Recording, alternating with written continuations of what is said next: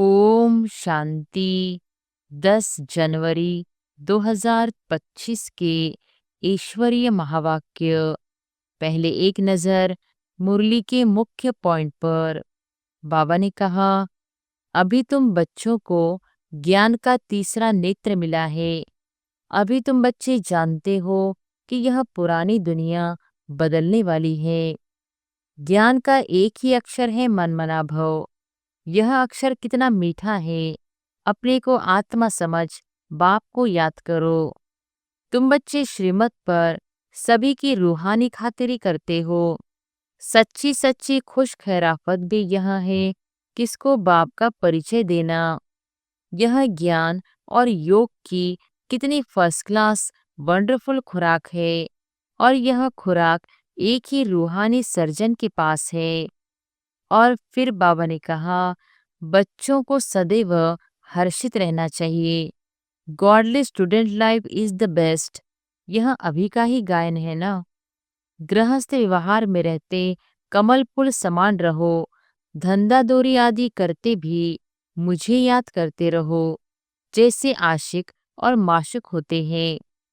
जैसे बाप सर्वशक्तिमान है, दिन प्रतिदिन माया भी सर्वशक्तिमान तमोप्रधान होती जाती है।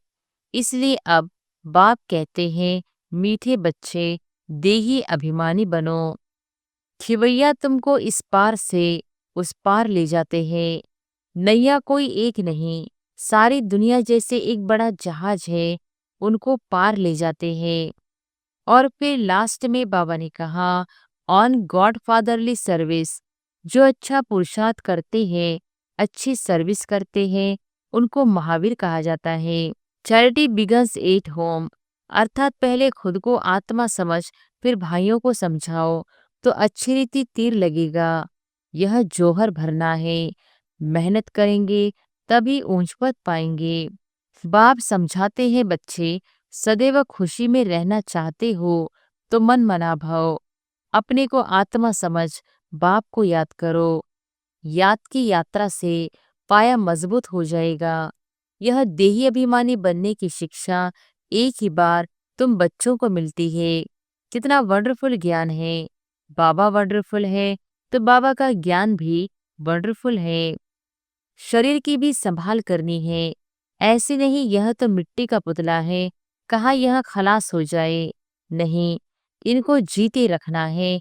यह अमूल्य जीवन है ना। और अब सुनते हैं महावाक्यों को विस्तार से। मुरली का सार। मीठे बच्चे, बाप तुम्हें ज्ञान योग की खुराक खिलाकर जबरदस्त खातिरी करते हैं, तो सदैव खुश मौज में रहो और श्रीमत अनुसार सबकी खातिरी करते चलो। प्रश्न है, इस संगम युग पर आपके पास सबसे अमूल्य चीज कौन सी है जिसकी संभाल करनी है? उत्तर है, इस सर्वोत्तम ब्राह्मण कुल में आपकी यह जीवन बहुत अमूल्य है।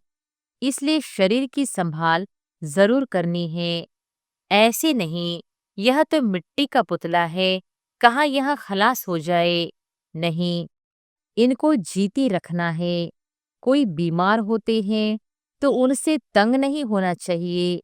उनको बोलो, तुम शिव बाबा को याद करो। जितना याद करेंगे उतना पाप कटती जाएंगे। उनकी सर्विस करनी चाहिए। जीता रहे, शिव बाबा को याद करता रहे। ओम शांति। ज्ञान का तीसरा नेत्र देने वाला रूहानी बाप बैठ रूहानी बच्चों को समझाते हैं। ज्ञान का तीसरा नेत्र सिवाय बाप के और कोई दे नहीं सकता। अभी तुम बच्चों को ज्ञान का तीसरा नेत्र मिला है। अभी तुम बच्चे जानते हो कि यह पुरानी दुनिया बदलने वाली है। बेचारे मनुष्य नहीं जानते कि कौन बदलाने वाला है और कैसे बदलाते हैं, क्योंकि उन्हों को ज्ञान का तीसरा नेत्र ही नहीं है। तुम बच्चों को अभी ज्ञान का तीसरा नेत्र मिला है, जिससे तुम सृष्टि के आदि मध्य अंत को जान गए हो। यह है ज्ञान की सैक्रेन। सैक्रेन की एक बूंद भी कितनी मीठी होती है। ज्ञान का एक ही अक्षर है, मन मना भव। यह अक्षर कितना मीठा है। अपने को आत्मा समझ बाप को याद करो। बाप शांति धाम और सुखधाम का रास्ता बता रहे हैं। बाप आए हैं बच्चों को स्वर्ग का वर्षा देने। तो बच्चों को कितनी खुशी रहनी चाहिए। कहते भी है, खुशी जैसी खुराक नहीं। जो सदैव खुश मौज में रहते हैं उनके लिए यह जैसी खुराक होती है। एक की जन्म मौज में रहने की यह जबरदस्त खुराक है। यह खुराक सदैव एक दो को खिलाते रहो। यह है एक दो की जबरदस्त खातिरी। ऐसी खातिरी और कोई मनुष्य मनुष्य की कर न सके। तुम बच्चे श्रीमत पर सभी की रूहानी खातिरी करते हो। सच्ची सच्ची खुश खैराफत भी यहाँ है किसको बाप का परिचय देना। मीठे बच्चे जानते हैं बेहद के बाप द्वारा हमको जीवन मुक्ति की सौगात मिलती है। सतयुग में भारत जीवन मुक्त था, पावन था। बाप बहुत बड़ी ऊंची खुराक देते हैं। तब तो गायन है। अतीन्द्रिय सुख पूछना हो तो गोप गोपियों से पूछो। यह ज्ञान और योग की कितनी फर्स्ट क्लास वंडरफुल खुराक है। और यह खुराक एक ही रूहानी सर्जन के पास है। और किसको इस खुराक का मालूम ही नहीं है। बाप कहते हैं, मीठे बच्चों, तुम्हारे लिए तेरी हथेली पर सौगात ले आया हूँ। मुक्ति जीवन मुक्ति की यह सौगात मेरे पास ही रहती है। कलप कलप मैं ही आकर तुमको यह सौगात देता हूँ। फिर रावण छीन लेता है। तो अभी तुम बच्चों को कितना खुशी का पारा चढ़ा रहना चाहिए। तुम जानते हो हमारा एक ही बाप टीचर और सच्चा सच्चा सदगुरु है जो हमको साथ ले जाते हैं। मोस्ट बिलीवेड बाप से विश्व की बादशाही मिलती है। यह कम बात है क्या। बच्चों को सदैव हर्षित रहना चाहिए। Godly student life is the best. यह अभी का ही गायन है ना। फिर नई दुनिया में तुम सदैव खुशियां मनाते रहेंगे। दुनिया नहीं जानती कि सच्ची सच्ची खुशियां कब मनाई जाएंगी। मनुष्यों को तो सत्युग का ज्ञान ही नहीं है तो यहाँ ही मनाते रहते हैं। परंतु इस पुरानी तमोप्रधान दुनिया में खुशी कहाँ से आई। यहाँ तो त्राही त्राही करते रहते हैं। कितना दुख की दुनिया है। बाप तुम बच्चों को कितना सहज रास्ता बताते हैं। गृहस्थ व्यवहार में रहते कमल फूल समान रहो। धंधा दोरी आदि करते भी मुझे याद करते रहो। जैसे आशिक और माशुक होते हैं वह तो एक दो को याद करते रहते हैं। वह उनका आशिक वह उनका माशुक होता है। यहाँ यह बात नहीं है। यहाँ तो तुम सभी एक माशूक के जन्म जन्मांतर से आशिक रहे हो। बाप तुम्हारा कभी आशिक नहीं बनता। तुम उस माशूक को आने लिए याद करते आए हो। जब दुख जास्ती होता है तो जास्ती सिमरन करते हैं।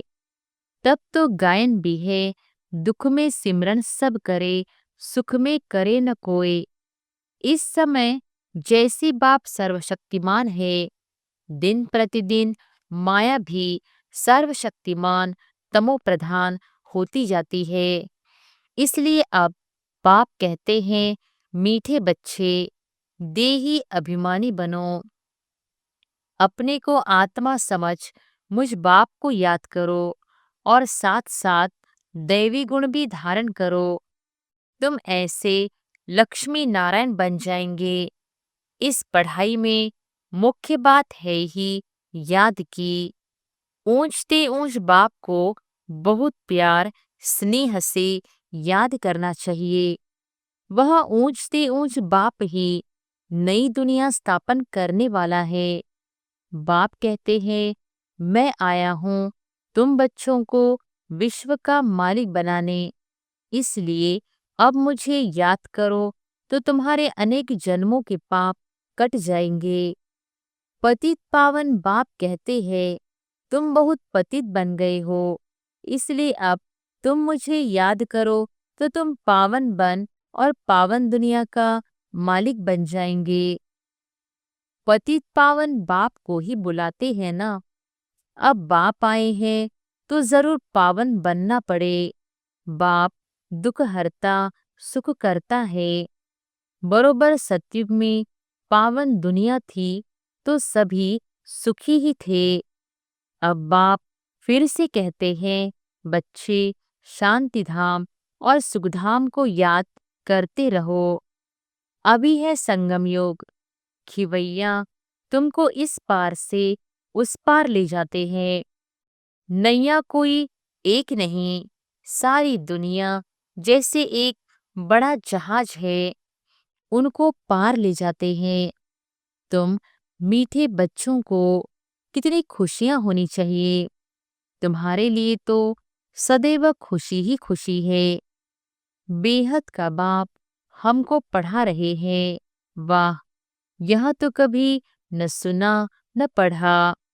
भगवान वाच, मैं तुम रूहानी बच्चों को राजयोग सिखा रहा हूँ, तो पूरी रीति सीखना चाहिए, धारणा करनी चाहिए, पूरी रीति पढ़ना चाहिए। पढ़ाई में नंबरवार तो सदैव होते ही हैं। अपने को देखना चाहिए, मैं उत्तम हूँ, मध्यम हूँ व कनिष्ठ हूँ। बाप कहते हैं, अपने को देखो, मैं ऊंच पद पाने के लायक हूँ, रूहानी सर्विस करता हूँ। क्योंकि बाप कहते हैं, बच्चे सर्विसेबल बनो, फॉलो करो। मैं आया ही हूँ सर्विस के लिए, रोज सर्विस करता हूँ। इसलिए ही तो यह रथ लिया है। इनका रथ बीमार पड़ जाता है तो मैं इनमें बैठ मुरली लिखता हूँ। मुख से तो बोल नहीं सकते तो मैं लिख देता हूँ, ताकि बच्चों के लिए मुरली मिस न हो। तो मैं भी सर्विस पर हूं ना। यह है रूहानी सर्विस। तो तुम बच्चे भी बाप की सर्विस में लग जाओ। On God fatherly service. जो अच्छा पुरुषार्थ करते हैं, अच्छी सर्विस करते हैं, उनको महावीर कहा जाता है। देखा जाता है कौन महावीर है, जो बाबा के डायरेक्शन पर चलते हैं। बाप का फरमान है, अपने को आत्मा समझ भाई भाई देखो, इस शरीर को भूल जाओ। बाबा भी शरीर को नहीं देखते हैं। बाप कहते हैं, मैं आत्माओं को देखता हूँ। बाकी यह तो ज्ञान है कि आत्मा शरीर बिगर बोल नहीं सकती। मैं भी इस शरीर में आया हूँ, लोन लिया हुआ है। शरीर साथ ही आत्मा पढ़ सकती है। बाबा की बैठक यहाँ भृकुटी में है। यह है अकाल तख्ते। आत्मा अकाल मूर्त है। आत्मा कब छोटी बड़ी नहीं होती है, शरीर छोटा बड़ा होता है। जो भी आत्माएं हैं, उन सभी का तख्त यह भृकुटी है। शरीर तो सभी के भिन्न भिन्न होते हैं। किसका अकाल तख्त पुरुष का है, किसका अकाल तख्त स्त्री का है, किसका अकाल तख्त बच्चे का है। बाप बैठ बच्चों को रूहानी ड्रिल सिखलाते हैं। जब कोई से बात करो तो पहले अपने को आत्मा समझो। हम आत्मा फलाने भाई से बात करते हैं। बाप का पैगाम देते हैं कि शिव बाबा को याद करो। याद से ही जंग उतरनी है। सोने में जब अलाय पड़ती है तो सोने की वैल्यू ही कम हो जाती है। तुम आत्माओं में भी जंग पड़ने से तुम वैल्यूलेस हो गए हो। अब फिर पावन बनना है। तुम आत्माओं को अब ज्ञान का तीसरा नेत्र मिला है। उस नेत्र से अपने भाइयों को देखो। भाई भाई को देखने से कर्मेंद्रियां चंचल नहीं होंगी। राज्य भाग्य लेना है, विश्व का मालिक बनना है, तो यह मेहनत करो। भाई भाई समझ सभी को ज्ञान दो, तो फिर यह टेव आदत पक्की हो जाएगी। सच्चे सच्चे ब्रदर्स तुम सभी हो।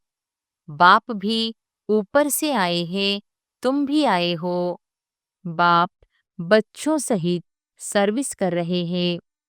सर्विस करने की बाप हिम्मत देते हैं। हिम्मते बच्चे, मददे बाप। तो यह प्रैक्टिस करनी है। मैं आत्मा भाई को पढ़ाता हूँ।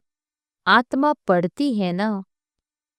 इसको स्पिरिचुअल नॉलेज कहा जाता है, जो रूहानी बाप से ही मिलती है। संगम पर ही बाप आकर यह नॉलेज देते हैं कि अपने को आत्मा समझो। तुम नंगे आए थे, फिर यहाँ शरीर धारण कर तुमने 84 जन्म पाठ बजाया है। अब फिर वापिस चलना है। इसलिए अपने को आत्मा समझ भाई भाई की दृष्टि से देखना है। यह मेहनत करनी है, अपनी मेहनत करनी है। दूसरे में हमारा क्या जाता। चैरिटी बिगन्स एट होम, अर्थात पहले खुद को आत्मा समझ फिर भाइयों को समझाओ, तो अच्छी रीति तीर लगेगा। यह जौहर भरना है। मेहनत करेंगे तभी ऊंच पद पाएंगे। इसलिए कुछ सहन भी करना पड़ता है।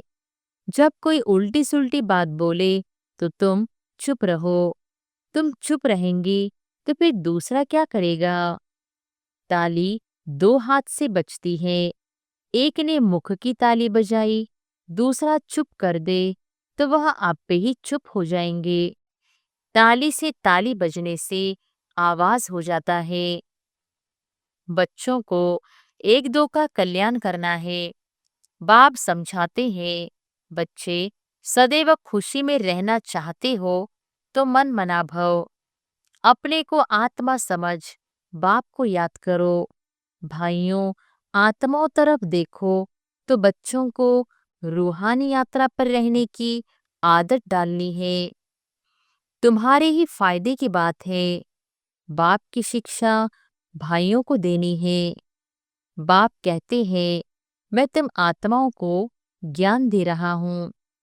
आत्मा को ही देखता हूँ। मनुष्य मनुष्य से बात करेंगे तो उनके मुंह को देखेंगे ना। तुम आत्मा से बात करते हो तो आत्मा को ही देखना है।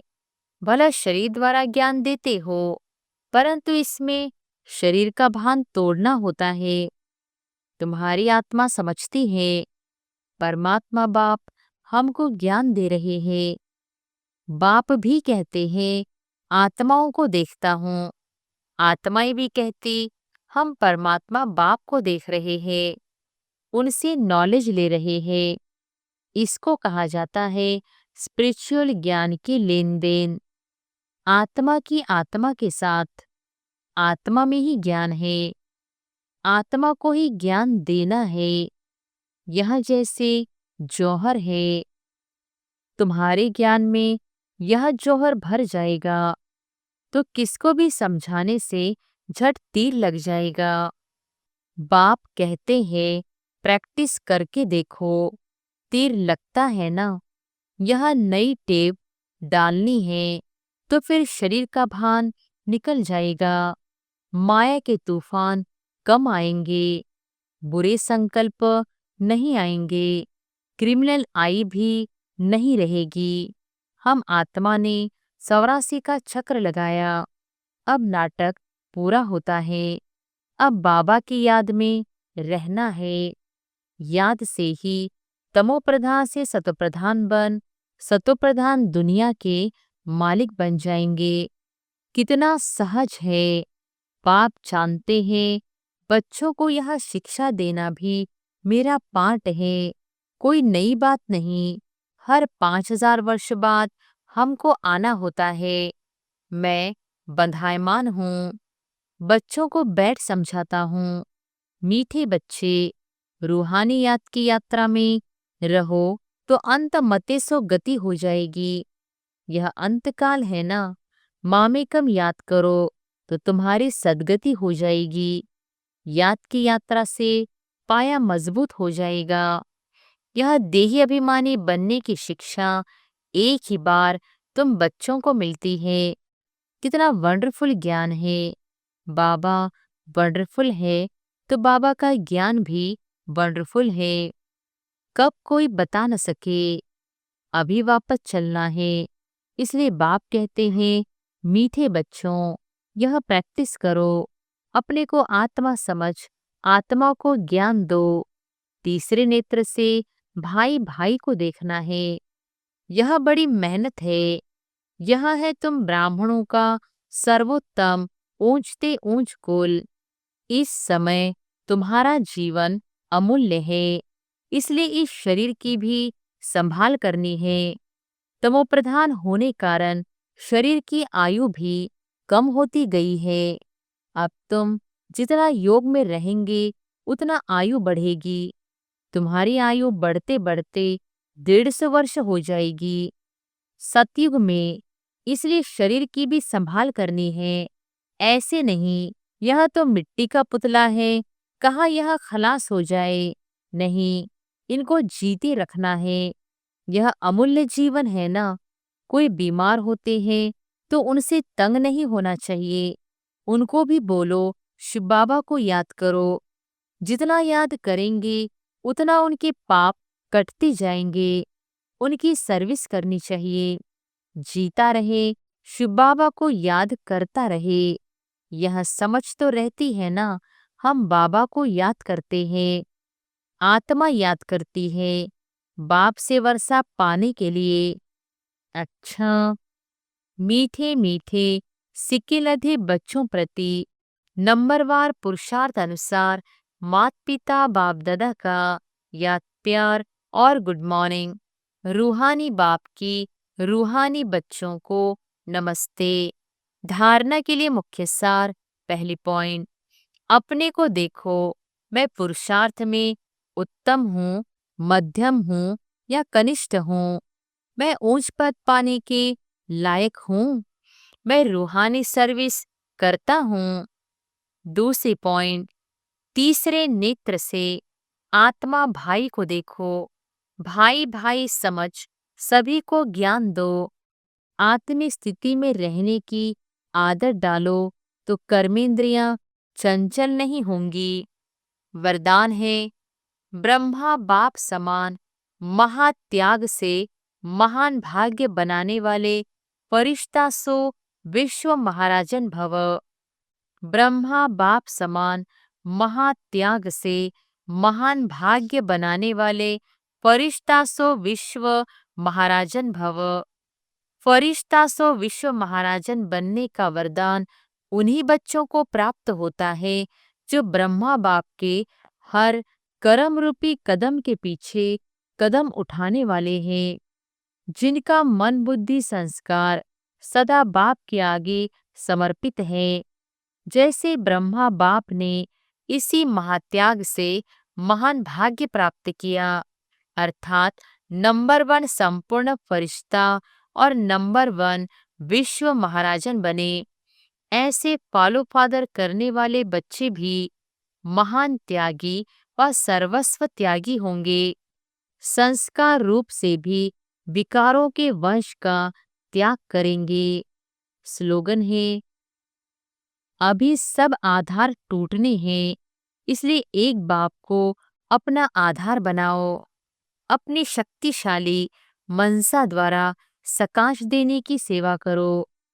इतनी सारी प्रकृति को परिवर्तन करना, तमोगुणी संस्कारों वाली आत्माओं के तमोगुणी वाइब्रेशंस को बदलना और स्वयं को भी ऐसे खोने नाहिक वायुमंडल के वाइब्रेशन से सेफ रखना तथा उन आत्माओं को सहयोग देना, इस विशाल कार्य के लिए मनसा को शुभ भावनाओं से संपन्न, शक्तिशाली बनाओ। अच्छा, ओम शांति।